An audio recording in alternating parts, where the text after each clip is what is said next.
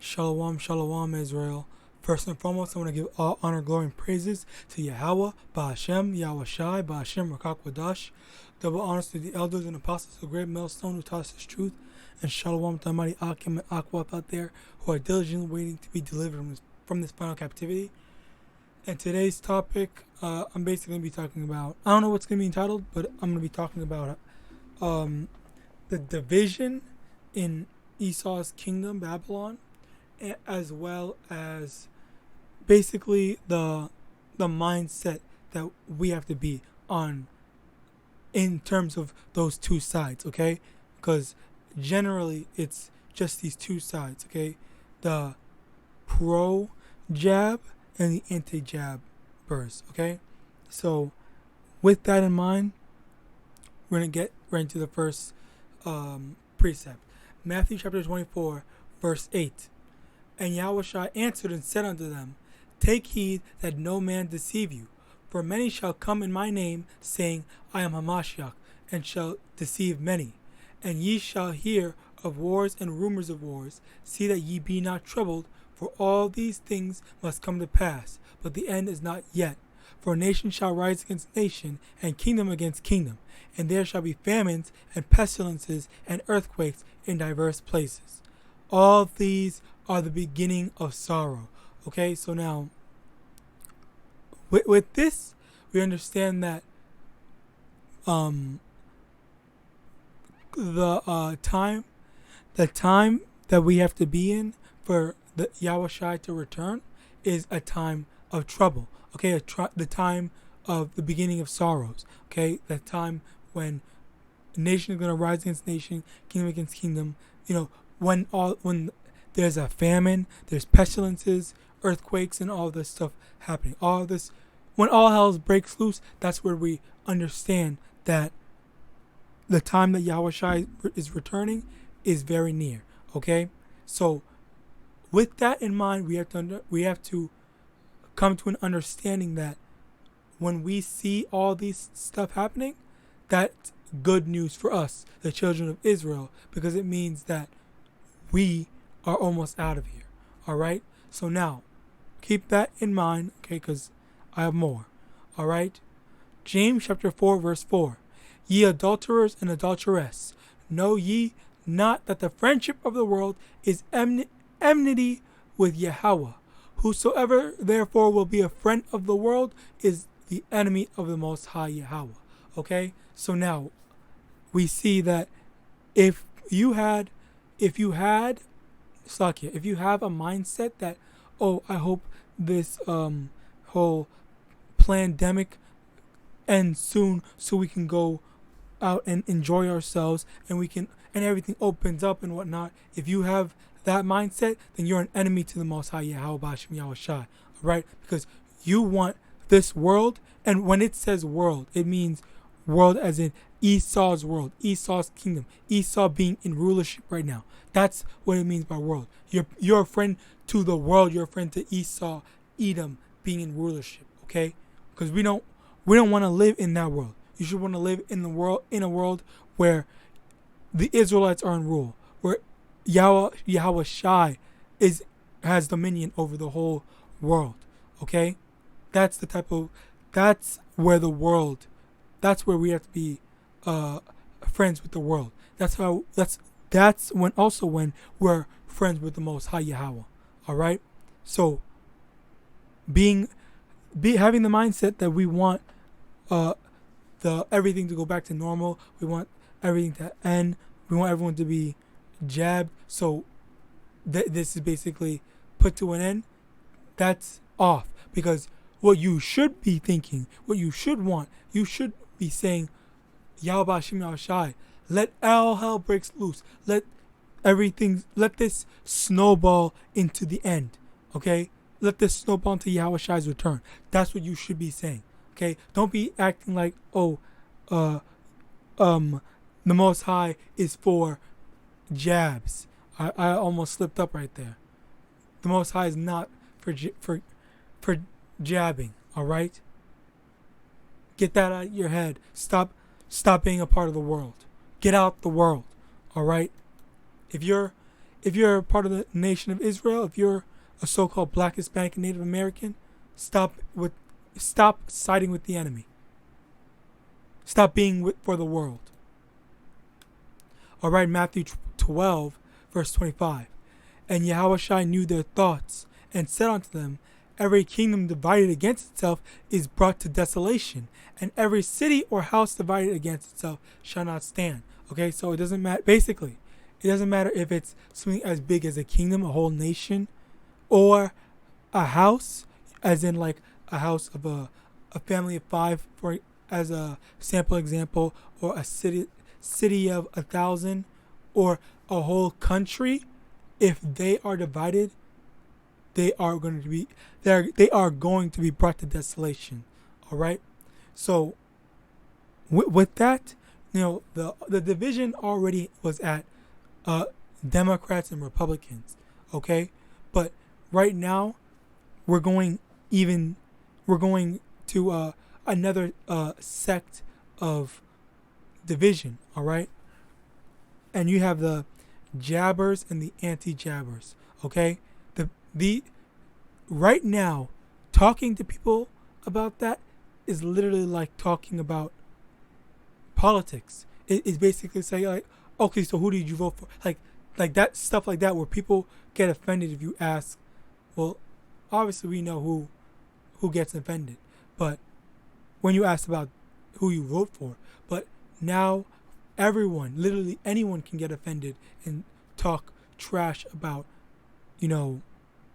if you got jabbed or not.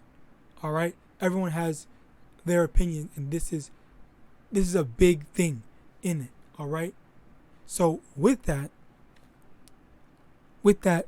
division, and also another thing is even just talking, not people, they don't even want you to talk about the other side, because if you talk about the other side or advocate for the other side, then that's when they want to shut you down or shut you up, and just they only want their space to be the same ones that they agree with. All right, they don't want to hear the other side. All right, because I know someone who brought some information out, and they didn't even want to hear him. All right, they just dismissed him immediately without even caring to see, okay, let me see what type of information this is. Let me go fact check or something like that. Okay, and we're gonna get into a fact check, okay, in this video. So hopefully I don't get this video taken down. Luke chapter 12 verse 51. Suppose ye that I am come to bring peace on earth? I tell you, nay, but rather division. For from henceforth there shall be 5 in one house divided, 3 against 2, and 2 against 3. The father shall be divided against the son, and the son against the father, the mother against the daughter, and the daughter against the mother, the mother-in-law against the daughter-in-law, and the daughter-in-law against the mother-in-law. Okay, so more so, this is talking about this truth in general, but I want you to understand that people about this jab has caused division, okay? And we know that just in general, being in this truth, we know that's already division, and that's what YAHAWASHI is basically, bringing. Okay, so with that, we have more to look forward to, because as people are being divided, we can see more of the end coming, because people are divided. But getting into these articles. Okay, so Biden announces jab mandates that will affect 100 million Americans, okay, by the CBS News. All right, now I'm not going to go into the whole thing, but I just want to go into this main thing. The main thing. Oh, well, okay, here it is. Perfect. So the Department of Labor, Occupational Safety, and Health Administration is developing a rule requiring all employers with at least 100 employees to make sure that their workforce is fully jabbed or require unjabbed workers to get a negative test at least once a week. OSHA will issue an emergency temporary standard to introduce the jab requirement. Companies that fail to comply could face fines of $14,000 per violation. Per violation. That's crazy. So basically, if a company has more than 100 people, then they are required. Everyone is required to either be jabbed or take tests, once a week. Okay, that already the jab is pretty annoying or unpreferred. I'll just say that to keep things simple, but then the whole once a week thing, that's crazy. That's crazy. And even with the tests, let me stop. Okay. So yeah, we see that. Okay. Now continuing on to another one. A fact check. So there was an article floating around that was saying that France has banned unjabbed people from going to supermarkets. Okay, and this is saying that this is false. Okay, so with that, they're correcting and saying that what they really banned them from was well, I read this already. They said super malls, like big malls. Oh yeah, right here. Proof of jab or negative report has been mandatory only for entry in big shopping malls and not for neighborhood grocery stores. Okay, so that's still, that's still pretty wild if you ask me. You have to have proof to enter in a big shopping mall. Like, really? Honestly, I already have a bunch of things to say, but I am trying my best to restrict the things I say because I don't want this video taken down. Alright? So now, but just know that I obviously think that this is stupid. Now, this is where you need and don't need proof of jab in Ontario. Where you need proof, restaurants and bars, nightclub, meeting and event spaces, such as banquet halls, conference and convention centers, facilities used for sports and fitness activity and personal fitness training. Okay, so gyms and whatnot, sporting events, indoor arenas, areas of water parks, indoor areas of commercial film and TV production. So I think movie theaters, casinos, bingo halls, gaming establishment, concerts, music festivals, theaters and cinemas. Okay, well, yeah, strip clubs, bathhouses and sex clubs, and racing venues. So basically, yeah, you see this whole list. And where you don't need proof of jab, at no time will anyone be prevented from accessing necessary medical care, food and groceries, basic medical supplies, or other essentials. Voting in upcoming election, outdoor setting, including patios with the exception of outdoor nightclubs, takeaway and delivery services from restaurant and bars, retail shopping, salons and barbershops, banks, places of worship, and access to outdoor areas that can be accessed through an indoor route. Okay, so now we see that they are slowly limiting our access to things, okay? And again, I'm walking on eggshells here, but let's get into this precept. Isaiah chapter 10 verse 1. Woe to them that decree unrighteous decrees, and that write grievousness which they have prescribed. Okay, so the thing is, and I believe I have let me get a supporting thing about this, because dang it.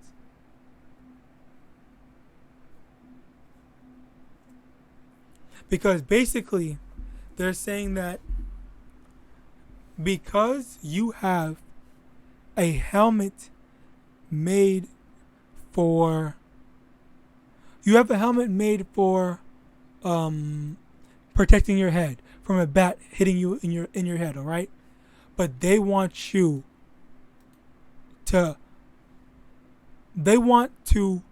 protect other people from the people that don't wear their protective gear. Okay? That's basically it. Okay, I hope you understood that. Let me get some more.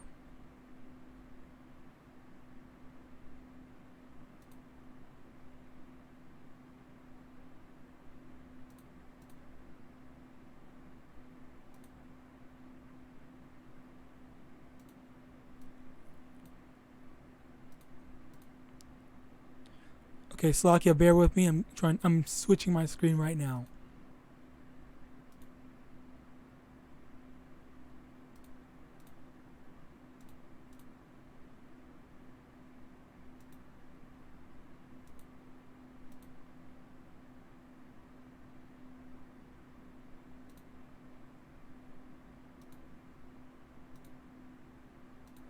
Hold on, let me.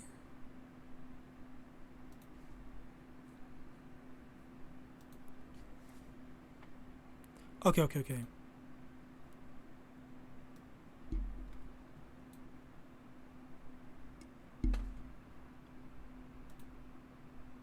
Perfect there.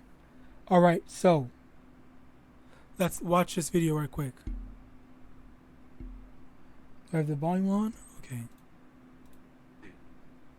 We're going to protect vaccinated workers from unvaccinated co-workers. That made absolutely zero sense whatsoever. And no, he didn't just misspeak. He has said this repeatedly, and repeatedly anyone who's not brainwashed has pointed this out. He just said we're going to protect the people who are already protected by forcing the people who are unprotected to get protected in order to protect the already protected. That makes no fucking sense. It's not logical, but you fucking idiots still eat it up and defend it. But you guys are against Big Pharma. You guys are against the elites. You guys are against the billionaires. You guys are a fucking joke. Get vaccinated.